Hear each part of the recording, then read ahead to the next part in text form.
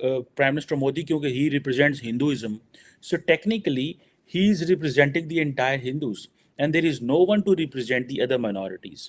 ठीक है जी। तो आप कैसे समझते, कई लोगों को कहना लो जी मुसलमान तो करोड़ों में है या बाकी सिख तो करोड़ों में है, तो वो माइनॉरिटीज कैसे हो। अपने रिलीजन, इतिहास और कल्चर को प्रोटेक्ट करना इज एज इम्पोर्टेंट एज अपने बॉर्डर और सिक्योरिटी को देखना। पीएम मोदी की तरफ से स्पॉन्सरशिप पॉलिसी में अमेंडमेंट के नतीजे में अब ये हुआ है कि पाकिस्तान के हिंदू अपनी अस्थियां इंडिया ले जा सकेंगे और वहां पर जाकर गंगा में बहा सकेंगे। ये है इसका क्रक्स। अब पाकिस्तानी हिंदुओं के लिए मोदी हुकूमत ने स्पॉन्सर पॉलिसी में अमेंडमेंट की, तो असल में तो ये पाकिस्तानियों के लिए हुई ना बात, क्योंकि यहाँ पर बसने वाले जो हिंदू हैं वो पाकिस्तानी हैं, तो उन्होंने पाकिस्तानियों के लिए ये वाली अमेंडमेंट की है। इसको इस तरीके से पोजीशन, आपको जरूरत है भारत के साथ रिलेशनशिप की, भारत को अब आपकी जरूरत नहीं है, ये सोचना, ये सोच की जिस तरह का ये वो हुआ होगा, यहाँ पर रहने वाले जो हैं हिंदू वो उनको अब वो ख्वाहिश पूरी कर सकेंगे कि अपने रिश्तेदारों की अस्थियां वहां पर ले जा सकें।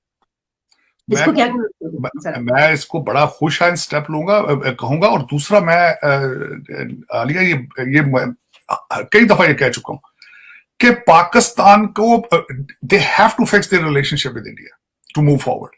विश्व में हिंदू धर्म आज तीसरा सबसे बड़ा धर्म है, ईसाई व मुसलमान धर्मों के बाद। दुनिया में जिस प्रकार प्रधानमंत्री नरेंद्र मोदी आज हिंदू धर्म व भारतीय संस्कृति की बात करते हैं, इसमें कोई दो राय नहीं कि वह आज विश्व में हिंदुओं की आवाज़ बन चुके हैं। और हाल ही में पाकिस्तानी हिंदुओं के लिए भारत में पास किया गया एक कानून इसी दिशा में एक बड़ा ही प्रभावी कदम है।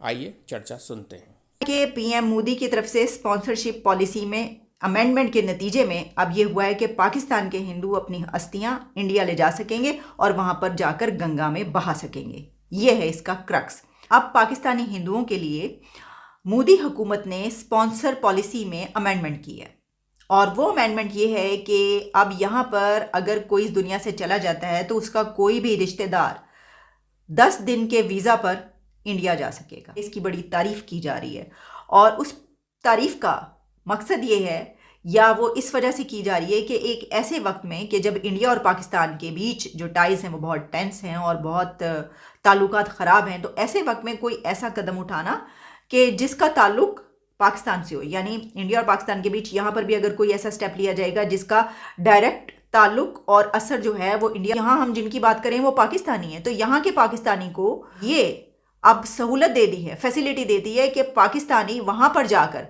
अपने जो भी रिश्तेदार, उनका माँ बाप बहन भाई जो भी इस दुनिया से चला गया है, वो उसकी अस्थियां ले जाकर वहाँ पर गंगा में बहा सकता है।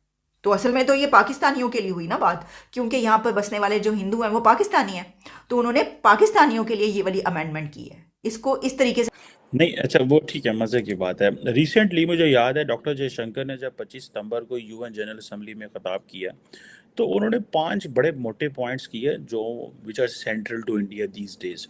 उनमें एक पॉइंट जो था दैट वाज कि हमें अपने जो रिच सिविलाइजेशनल हेरिटेज है उसमें प्राइड लेना है। अच्छा, अब हर एक को वेटेज मिलना चाहिए एज पर प्रोपोर्शन, वेटेज मिलना चाहिए, सुनिएगा, पर जितना प्रोपोर्शन, जितना क्वांटम है उतना वेटेज मिलना चाहिए। ये किस किताब में, ये कहाँ लिखा है कि भाई तुम हिंदुइज्म को डाउन करना पड़ेगा इस्लाम को ऊपर करने के लिए? नहीं लिखा ना। बाकी Sikhism is outshoot of Hinduism, Hindu तो सिख बनता है ना, जैन भी हिंदू ही बनता है, और पारसी ये जो बुद्ध है ये भी हिंदू है, तो they are all outshoots of Hinduism. तो अब जो बाहर का जो रिलीजन है या जो थोड़ा डिफरेंट रिलीजन है वो इस्लाम, तो इस्लाम को भी एज पर प्रोपोर्शन उतनी वेटेज दी गई, और यही साथ है। अब जो रिच कल्चरल हेरिटेज है उसमें सीधी सी बात है, अगर मैं 50,000 साल का इतिहास उठाऊं, ओल्डेस्ट सिविलाइजेशन उठाऊं, चीमा साहब, उसमें 90% या 80% चीजें तो हिंदुओं की आएंगी, 20%, 15%, 10% चीज मुसलमान की आएगी। तो उस प्रोपोर्शन में चीजें हो रही है, चीजें कर रहे हैं, और चीजें करनी चाहिए। So this is rich cultural heritage, this is not rich Hindu cultural heritage, this is rich cultural heritage of the country, and that is what is being exactly done on the ground, जो मैंने अभी आपको समझाया। and if you quantify and qualify, ये वो हुआ होगा, यहाँ पर रहने वाले जो हैं हिंदू वो उनको अब वो ख्वाहिश पूरी कर सकेंगे कि अपने रिश्तेदारों की अस्थियां वहां पर ले जा सकें। इसको क्या मैं इसको बड़ा खुश है स्टेप लूंगा, कहूंगा। और दूसरा, मैं आलिया ये कई दफा ये कह चुका हूं कि पाकिस्तान को they have to fix their relationship with India to move forward. तिजारत शुरू करना इसके बगैर गुजारा नहीं है। आपको रिलेशनशिप आप ठीक करने होंगे। बल्कि उसमें मैंने कई दफा हवाला दिया है भारत और चाइना के रिलेशनशिप पे कि उनकी झड़ पे भी हैं, बॉर्डर पे भी खड़े हैं, लेकिन ट्रेड भी कर रहे हैं साथ। अब ये अस्थियों की बात कर रहे हैं, ये बड़ा खुशाइंद बात है, लेकिन बल्कि मैं तो इसको यहां तक कहूंगा कि जो यहां आपको पता है कि पाकिस्तान हमारे कई अभी जानने वाले हैं जिनकी बड़ी क्लोज रिलेशनशिप है भारत के अंदर, बड़ी क्लोज रिलेशन। मैं कई फैमिलीज को जानता हूं जिनकी शादियां हुई हैं भारत के अंदर। मेरी कल वॉशिंगटन डीसी के अंदर एक मुलाकात एक जोड़े से हुई है। Husband is from India, Indian American है, जो उसकी वाइफ है इज अ पाकिस्तानी अमेरिकन। तो ये मेरे ख्याल में तो ये ना सिर्फ हिंदू बरादरी के लिए होना चाहिए, ये मुसलमानों के लिए भी होना चाहिए कि वो अजमेर शरीफ जाएं अपना, और दूसरा अपने अजीजों को, रिश्तेदारों को मिलें जाके, उधर से वो आए। देखें करतारपुर पोजीशन, आपको जरूरत है भारत के साथ रिलेशनशिप की, भारत को अब आपकी जरूरत नहीं है। ये सोचना, ये सोच की बात है।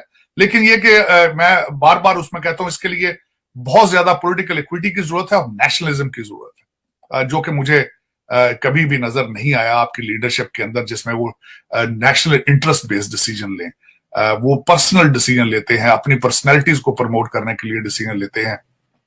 कभी भी उन्होंने नेशनलिज्म बेस्ड, देखें मैं अगले दिन जब भारत का की तरक्की के बारे में कुछ पढ़ रहा था तो मैं I was surprised, Narasimha Rao जो है उन्होंने और मनमोहन सिंह साहब ने जब इंडिया की तरक्की के लिए उन्होंने इंडिया को खोला और इंपोर्ट एक्सपोर्ट को जब किया और इंडियन करेंसी को डिवैल्यू किया 1991 में, तो उन्होंने भी बहुत ज्यादा अपना पॉलिटिकल कैपिटल लूज किया था। उनको भी काफी तनकीद का निशाना बनाया गया था। लेकिन लीडर जो होते हैं वो इस तरह के रिस्क लेते हैं।